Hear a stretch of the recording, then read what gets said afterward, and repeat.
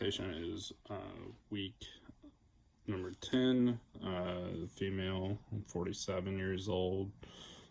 Patient was admitted 2 days prior through the ED, was intubated when they got there.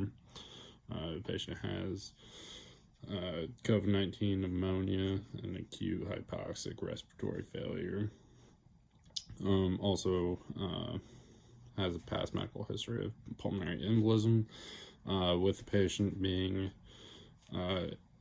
admitted on, or intubated on scene. Not been able to get much of a history at this time. Patient's under airborne precautions.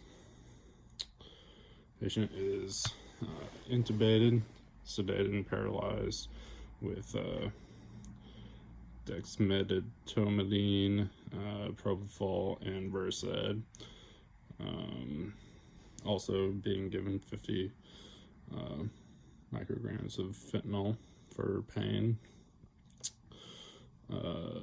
Patient's got some pale skin, redness on the cheeks, and is febrile. So just continue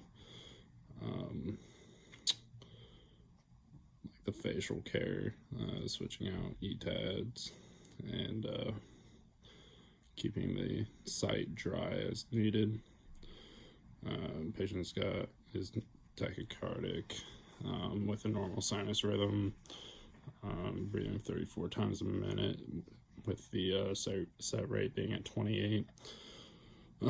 Patients has increased work of breathing and is diaphragmatic breathing, so a little bit of belly breathing. Patients breathing SpO2 is 88% on 100% FiO2. Patient suctioned out some copious yellow blood streaked thick secretions. Breath sounds are diminished bilaterally, as well as some crackle on the lower bases. Got a 7.5 endotracheal tube, 24 centimeters at lip, 3.5 centimeters above the carina. Patient does have a left radial artery art line.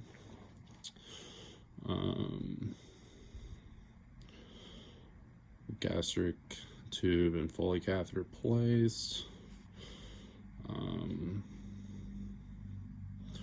No respiratory medications at this time. With him having COVID-19, no presence of wheezing or anything like that. So, continue mechanical ventilation settings and adjust accordingly.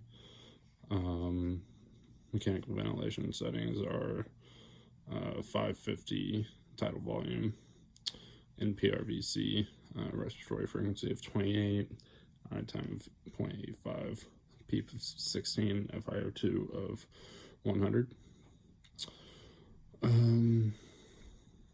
Patient was really the most notable thing was patient was had a total respiratory frequency of 34.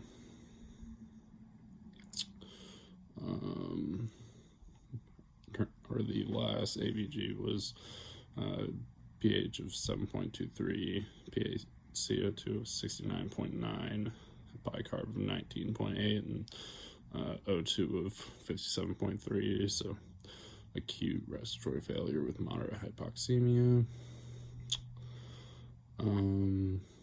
Patient has high white blood cell count and low red blood cell count, hemoglobin, and hematocrit. Maybe perform a blood transfusion as well as a bronchoscopy and sputum sample to determine the best antibiotic to use for the patient, as well as supply more oxygen carrying molecules for the patient, as we are pretty maxed out on ventilator settings. But that is it.